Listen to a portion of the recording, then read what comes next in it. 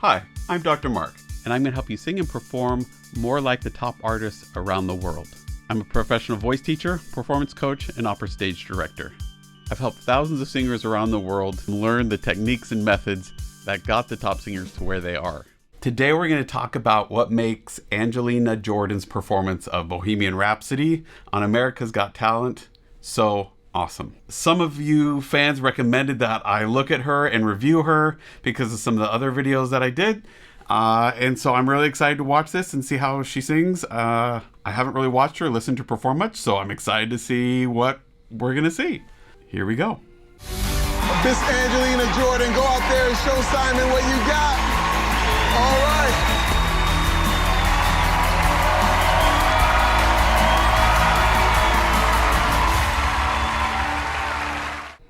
Okay, she's walking out. Smile, looked at the audience, waved. Her body, though it doesn't look super loose, a little bit tense. There's not anywhere that's super tight. She's just walking, doing her thing. Doesn't look overly formal, overly stilted. We just seeing a normal person walk out. That's all it needs to be. Be friendly. Love those people who are coming to watch you and support you, who are cheering for you. Be relaxed. Look like you're going to have a good time. That's all the audience needs to see in this moment. One thing that'll be helpful, and that I work with singers a lot, is to distinguish between the different versions of you that either belong on stage or don't. So in general, we have three versions of ourself that we need to be aware of as a performer. Number one is the everyday version of us, the one that we meet on the street. That person, in general, doesn't belong on stage. Maybe in an intimate moment between songs where we're really sharing something personal, you might let that person come out. But even still, there's a little edge of something of a performer that's in there anytime we're in front of the audience. So in general, it's helpful for at least beginners to think that that person doesn't belong on stage. You may think, why not? That's the person we want to see real human, right? Well, yes and no. The temptation when we have that person is to bring all the bad habits with them. There are things that are special about being on stage that require certain behaviors, and there are certain expectations from the audience.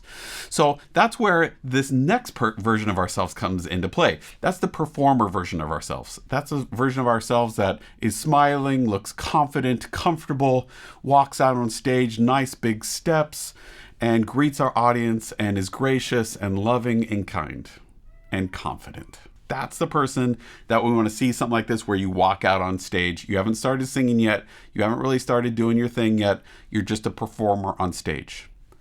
Develop that persona and who that is for you. It can be a really unassuming, natural, organic person. It doesn't have to be ostentatious or big or fake or false. That's not what I'm saying. But it needs to be that persona. So even on the days where you don't feel great and you don't want to do it, you can put that on and still give the show that you need to give. That's a sign of a true professional. Final character that we need to be able to get into is the character of the song that we're going to sing. And that should change song to song to song to song to song. And that's the character that would be saying these words to the emotion of this music, and with these lights, this costume, and this imaginary world that you should be creating for each song. That's the character we need to sing. Song ends, you're back into performer you, unless you're jumping straight into another song, in which case you jump in the character of that song. So in general, it's just the final two characters that belong on the stage. The performer you, or the character version of you that belongs with that song. So start playing with that today. Try to be a little more deliberate about the choices you're making and which version of yourself or of a character you're trying to be at any given moment on stage. That means before you step on that stage, you have to already be that performer you well before you're actually seen by the audience. Otherwise, if you don't do that, then they see this kind of scared, unconfident you for a few seconds, and then confident you, and then it just ruins the whole effect, right? So start nice and early before you actually are seen as being the performer you. Switch into the character, sing your song. On we go. So, way to go, Angelina. You haven't even sung a note yet. You're already teaching us a ton. Angelina, hi. So nice to meet you. You won Norway's Got Talent in 2014. Yes. Congratulations. Thank you. So tell us, how old were you when you won? I was 7 years old. You were 7 years old. So you are now 13? I'm 13, yes. You are 13. Yeah. I've waited 10 years to sing for Simon, and I'm finally... Oh, really? Yes. So us three have What nothing is to it? do with what's going on No, tonight? we don't. What is it about Simon? He's just amazing, and he's a legend. He is. He is a legend. Yeah, he is. Well, Angelina, I wish you good luck. Thank you. Thank you so much for being here. Okay. Doesn't matter if it's brown nosing or whatever, but really, really crucial to stay positive. Even when everything goes wrong, people are yelling at you or giving you criticism or you're scared, you have to cultivate into that performer version of you, that character, a completely optimistic, glass is half full type of mentality about everything. In fact, the more you can do that off stage as well, great. But it's crucial for the audience. There's nothing that will kill a performance faster than someone getting negative, angry, defensive. All those things push the audience right out the door. So 10 points to her. She's already rocking it. These things matter. You might think she hasn't sung a note yet. I mean, I'm watching a reaction video, wanting to watch her sing and see how she performs. This is part of the performance. One of the biggest errors of young performers is to think that they aren't performing until they start singing. Not true. You're performing as soon as that audience sees you. She's putting on a show already. It's genuine. It's authentic. I don't think that she's being fake or false, but it is a performer version of herself. And obviously very carefully cultivated. If she won Norway's Got Talent at 7 and she's 13, I'm stoked to see what she does. Let's see what happens. Anywhere the wind blows doesn't really matter to me, to me. Wow. Okay, so if I didn't know better, I would not be sure what to think yet. It's a breathy sound. It's really slidey. Pitch is, because of that slidiness, the pitch isn't necessarily right in the center of things, which can be on purpose and stylistic, but it can also be a mistake. We don't know yet, until we see the rest of the show, how much of this is artistic and deliberate and how much of it is mistake or habit or pattern. My guess is, again, never really having watched her before or much. I watched a few little clips here and there of some other stuff. My guess is if she's gotten this far in doing these things that it's deliberate. And it seems already to match a very specific style. And so let's see what else happens. Too late, my time has come. Breathiness went away. We're getting clearer, richer, fuller. Obviously, that previous bit was on purpose. Why does it sound right? Well, because there's no real music underneath her when she was breathy. But when she started getting music under her, she had to sing with a little bit more clarity, a little bit more robust sound to be able to compete with it, right? Awesome. It also gives this feeling of crescendo and growth. Awesome. Sudden shivers down my spine, body's aching all the time. Goodbye, everybody. I've got to go. Gotta leave you all behind and face the truth. Wow. Okay, she's got a really awesome, unique sound. Really, really cool. You'll notice she's doing some of these basic things that are really important to just producing professional sounding sound. She's keeping that breath suspended, those abs suspended, this open oral pharynx and this ass position, it's staying where it needs to. Upper tooth smile. She has a different lip shape, so it curves down a little bit more than most, but we still see this upper teeth coming out the majority of the time. And she's dropping that jaw, released nice down and back. These are kind of crucial no matter what style we're singing. These things, for the most part, stay the same. This shape in the back can change, but it still stays open, right? About 80% of yawn. This style, we're keeping an A in the back, this kind of wide shape. But The cool thing is she's getting this warmth and richness by adding some height in it and by placing the placement a little further back. You'll notice there's not a lot of ping in it. There's not a lot of that kind of buzzy like rings and edge in it, right? It's not much steel. It's really kind of warm and soft sounding. It's clear, but rounder. There's not so much edge in it. Part of that is this taller placement. So it's not just the ah, it's a little bit of the in it as well, which is adding some of that warmth and richness. It's also that she's pulling this placement back. So rather than being nya, nya, nya and getting really buzzy up front, it's a little further back and rounder in this direction. Try it. Go nya, nya, nya. Then try yo ho ho, a little further back. You'll feel that placement shift. By placement, we mean where we're feeling it buzzy. It's going to be buzzy up here, and then it's going to feel like it's more resonant here in the back of our mouth when we do the yo ho ho. Nya, nya, nya, yo ho ho. Feel that drastic difference? So right here, she's adding more of this back there. I would be really interested if I could see down into her mouth and see what her tongue's doing. I'm not totally sure because I can't see what's going on. My guess is what sounds like a little bit is like that tongue's pulling back and creating a little bit more of this warmth in back. It has kind of this sound like she's purposely trying to warm it up and pull it back a little bit.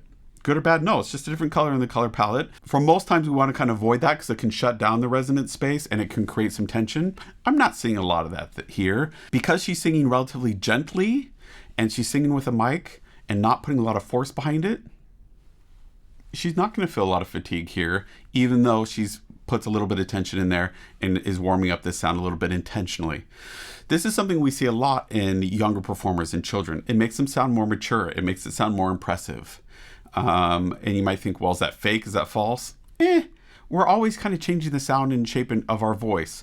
And the key here is making sure that it's working efficiently, it's not being harmful to her, and that it's a sound that fits in the style and is also not creating tension and bad habits. But again, she seems to be really malleable and her style changes frequently, and that she is really purposely changing her sound, in which case, awesome.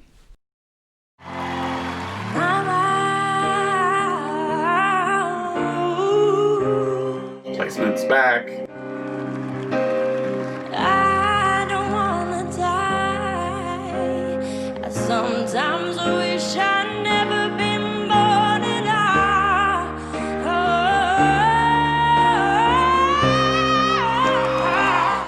That very top note, she pulled it right forward. Now, the key is this. I'm talking about placement like it's got to be one or the other. The truth is you can do more than one. So here she has this back placement, and as she's going up, she's just pulling this placement further forward at the same time. It's going to feel like there's a rubber band pulling in both directions, like you're trying to get the nya nya nya and the yo ho ho all at the same time. And that's what we're hearing here on this top note. And she already starts doing that stretch as she's going up to it, which makes it sound smooth and consistent and helps her get there.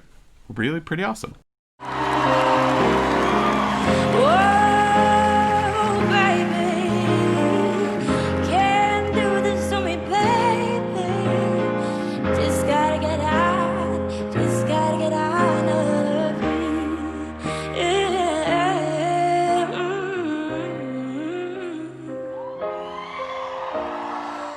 You see any tension in her body anywhere? You seen it? For the most part, she looks really, really relaxed. Arms, hands, shoulders, head. You'll see it. She's really free. She can keep it moving. Same with her torso, legs. She just seems really comfortable and at ease. This is a high stress situation. Yeah, maybe she's someone who doesn't get stressed or anxious and she's able to stay really calm. The little bit that we saw before she went on stage, I'm not sure that's 100% the case. I think she just worked really hard at releasing that tension and being good at releasing that tension. So when she's on stage, she can release it. And that's going to help her sing better, be more comfortable, and be more expressive. What can you do today to do that? Well, you can practice progressive muscle relaxation. You can try meditation. You can just try setting an alarm. And every time throughout the day, when that alarm rings, go through your entire body from the crown of your head to the bottom of your feet and try to release your muscles and make sure you're not carrying any tension anywhere. Those are probably the biggest things that you're going to see make a big difference, not just your performing, but daily life. Go give it a try. Nothing really matters. Anyone can say nothing really matters. Nothing. to me.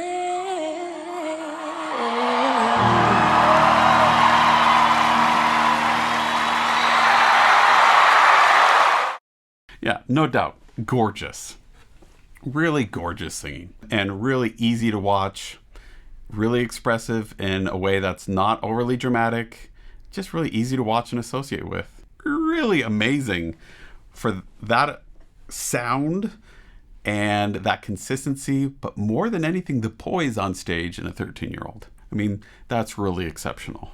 And absolutely can see her having an amazing long-term career if that's the direction she chooses to go the rest of her life. Really, really exceptional here. You'll notice some of the things that we're hearing these runs that are just really easy and fluid and can keep moving.